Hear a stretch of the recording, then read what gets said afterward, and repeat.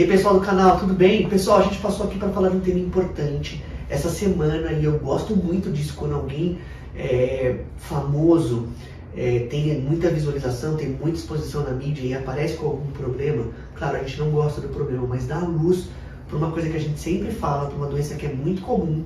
E essa semana a gente teve o caso da Anitta, então a gente passou aqui para falar um pouco do caso dela.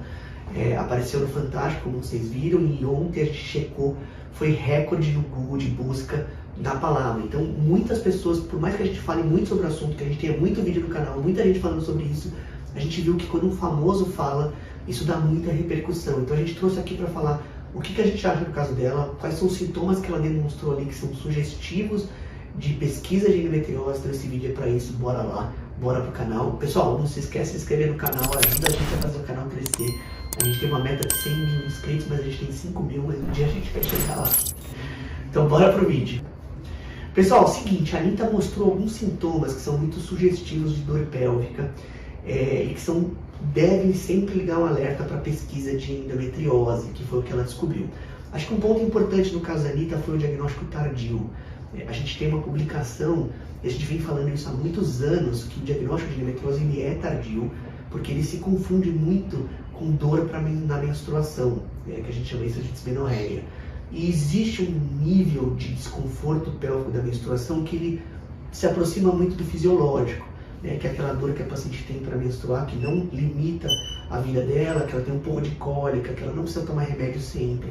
Então, como isso está associado à menstruação algumas vezes, as pessoas podem confundir isso com doença.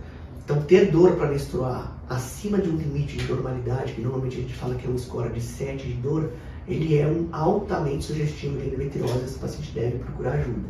Então, porque os sintomas são muito frustros às vezes, ou porque não são muito sugestivos de menstruação, o diagnóstico pode ser tardio. No caso da Anitta, ela teve 9 anos, 10 anos de dor pélvica, perdeu muito tempo ali de trabalho dela, absenteísmo, ela cancela show por causa disso, e isso é o que a gente vê na prática. Grandes executivas, grandes profissionais, mulheres que trabalham em vários setores, perdem dias de trabalho por dor pélvica, perdem dias de trabalho por desconforto que a endometriose pode causar, beleza? E o que ela causa? O que a Anitta teve e por que isso é sugestivo? Uma coisa que sempre deve ligar o alerta é dor na relação sexual ou dor pós-relação sexual. Dor é um grande marcador que o corpo não está bem. Isso a gente fala sempre, fala em aula, a gente não precisa ter dor, o corpo não foi feito para ter dor. Dor é uma grande proteção do corpo para te mostrar que as coisas não estão bem. E ela tinha dor na relação sexual. Acho que principalmente a gente viu alguns posts dela, ela falou que ela tinha muita dor, às vezes 24 horas depois de ter relação sexual. Então, isso mostra uma pelve desconfortável, uma pelve inflamada, que a gente chama. Isso é muito sugestivo de endometriose. Existem outras doenças pélvicas que podem causar dor, principalmente depois da relação sexual, o que levou ela a comentar em alguns posts ali de alguns diagnósticos ali, por exemplo, de doença sexualmente transmissível.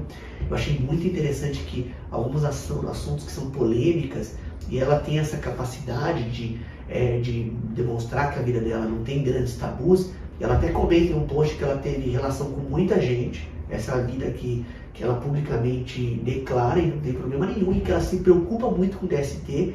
E ela ficou muito desconfortável em falar que tudo bem, o meu comportamento sexual é esse, mas todo mundo pensou que eu tinha DST. Ela não tinha, ela tinha endometriose, olha que interessante. Então precisa pesquisar de fato tudo, o médico tem a necessidade de procurar tudo, mesmo que a paciente tenha um comportamento às vezes que mostre algum tipo de doença. No caso dela, então, dor para ter relação sexual. Segundo ponto que ela apontou que é bem interessante, que são os desconfortos do compartimento anterior da pelve, que é onde está a bexiga. Então, toda vez que você tem desconforto ali no compartimento anterior, pode ser endometriose. O que a gente sempre briga na literatura é, sempre pense na doença. Esse vídeo não é para a gente explicar tudo sobre endometriose, mas é para levantar a mão. Essa é uma principal causa de dor pélvica na mulher em endometriose. Antes de qualquer outra coisa, deve ser excluída a endometriose, porque só assim a gente vai conseguir diminuir o tempo de diagnóstico, só assim a gente vai conseguir ajudar as mulheres que sofrem por anos. E olha que interessante, a Anitta, 9 anos de dor, ela tem toda a capacidade de ir ao médico, de fazer diagnóstico, ela foi várias vezes em algumas pessoas e não teve diagnóstico. Então, e ela tinha muita cistite de repetição. E muitas vezes ela comentou isso, que eu achei muito legal, sem bactéria. Como é que eu estou com cistite sem bactéria? E aí existem essas outras causas de dor pélvica que devem ser excluídas.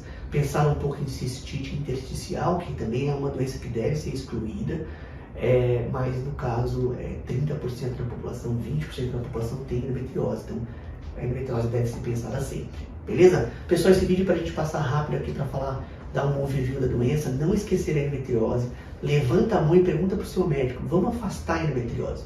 Acho que essa é a grande mensagem desse vídeo.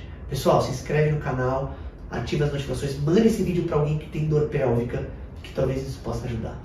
Um abraço.